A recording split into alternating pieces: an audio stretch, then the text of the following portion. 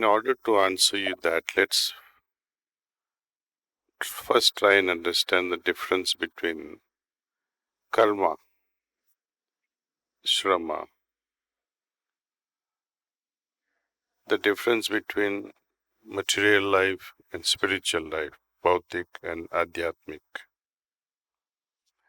Then we'll be able to understand the importance of jnana and where jnana fails. Shrama is related to this world where we are passing our time on this karma bhumi. I would call it Shrama Bhumi as well as Karma Bhumi. What you are doing, what all of us are doing to earn our bread and butter and little extra is called Shrama. Karma is all related to Brahma Vidya. We have to understand that much. Karma can take us inward. Shrama is all about outward.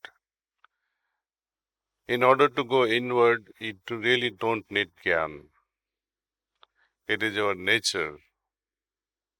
It is our primary nature to go within. But the need of the external world where we are involved with Shrama, material world, we often come out. For that we need knowledge. How to perform my duty as a doctor, how to perform my duty as a housewife, how to perform my duty as whatever profession we are in. That needs knowledge.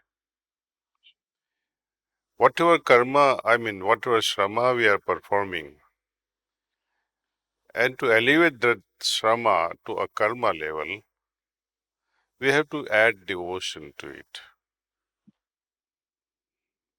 passion for it, love for it. Imagine a doctor who hates his work as a medical professional, or a farmer who hates his work, or a housewife who keeps throwing the vessels in the house and does nothing but make noise. Would you love to enjoy that food from such a wife? Same thing with doctors. If doctors remain irritable, how many patients can you see? Or will they come to you? You will not enjoy, neither others who are coming to us, they will also not enjoy. So, Shrama without passion, Shrama without devotion, which Lord Krishna talks about, Shrama without bhakti becomes labor.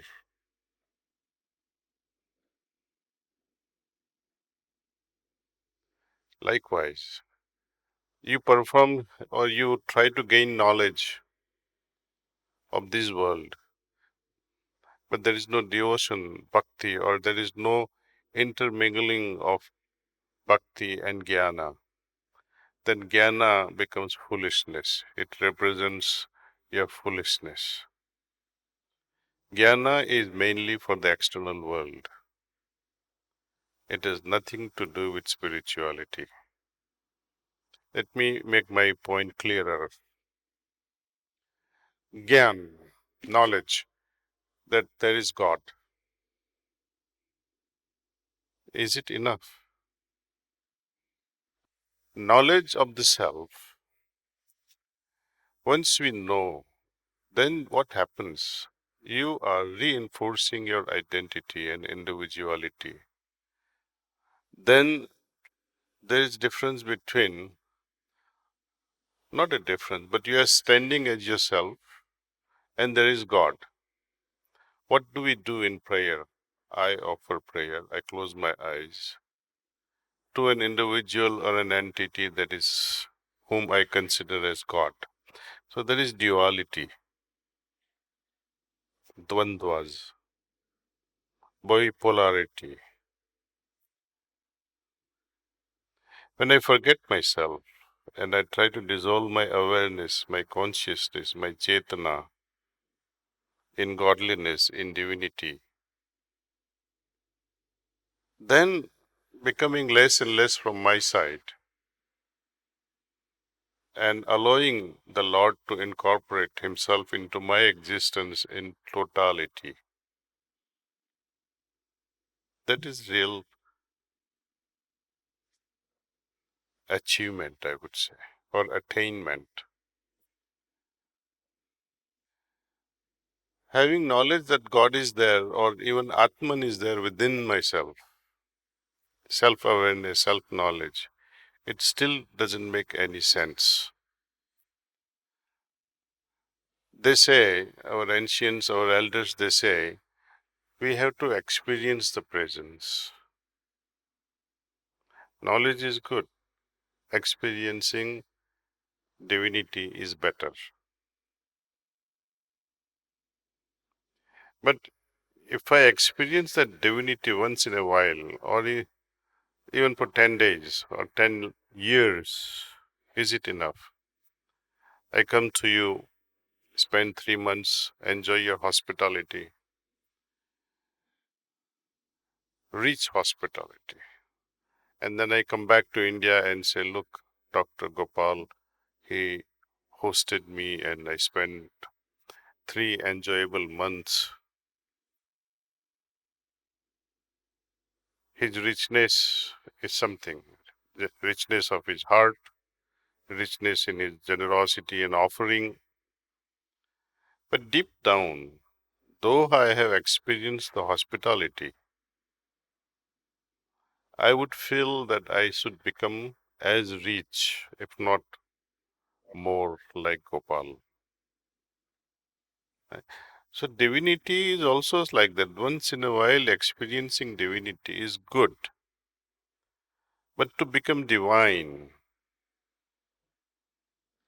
enjoying the hospitality of a rich person versus becoming rich yourself, are two different things. So here we are seeing this, you see the gradation that knowledge that God is there is good. Knowledge that self, Atman is there is good. To experience that is a different matter. Having experience also is good, but to become divine ourselves is a different matter altogether. And then as we proceed beyond Sahasra Dal Kamal, which is all about Sat Chit Anand, there is only bliss there. That too becomes a burden to us eventually. How long can you be in a total blissful state? It's like honey bee soaked in honey pot. How, how long can it survive? It will die. So our consciousness, Sat, Chit, Anand, having attained the truth, Chit becomes blissful. That is also related to consciousness, where you enjoy such a level of refined consciousness that gives you such a joy, unparalleled joy. Nevertheless, it is still joy. My Guruji Maharaj used to say, children play with their toys. They enjoy playing with toys. You take away and they cry. Romance as teenagers and your adulthood. Who doesn't like it? We all love it. One person disappears and you're all heartbroken.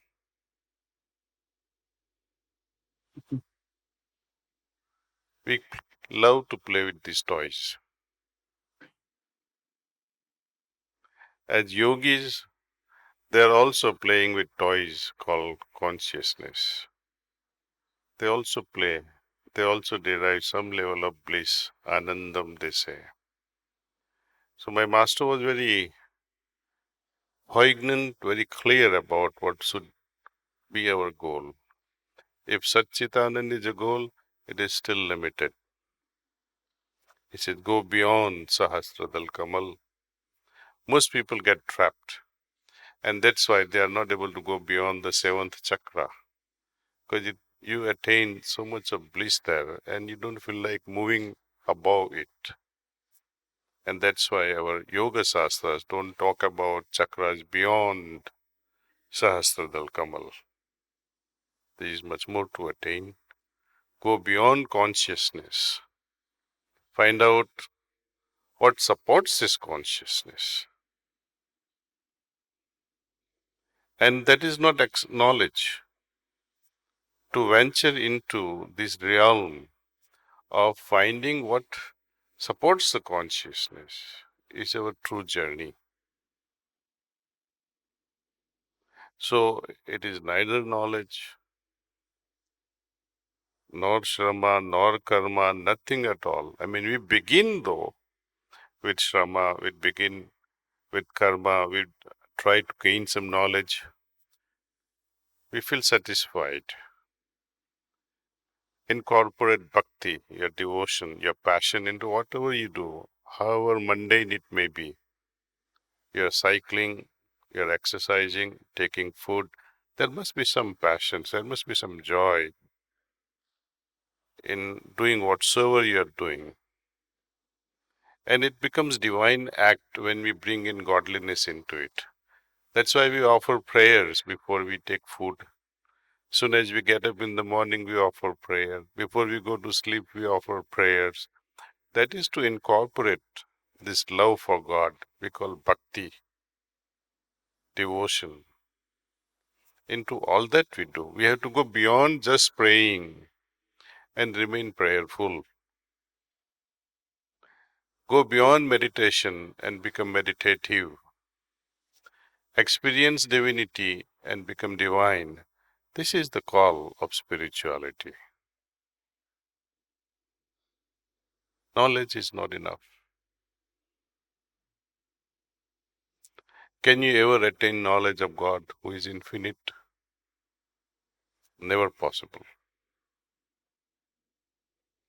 That's why they say the letter can be as long as the sky. The pen can be from a Kadamba Vriksha. The name of a pen can be from the plant tree called Kadamba. And the ocean can be full of ink. And you begin to write the description of the Lord. Even Saraswati will get tired of it. You can't. So knowledge is not enough. Then what is the final state if knowledge is not enough? Kabir Sahib talks about it in a very simple and indirect way. That is like raindrops falling in the ocean becomes the ocean. My awareness dissolving in divinity. That means I have arrived home. And when you arrive home, you will not even know it.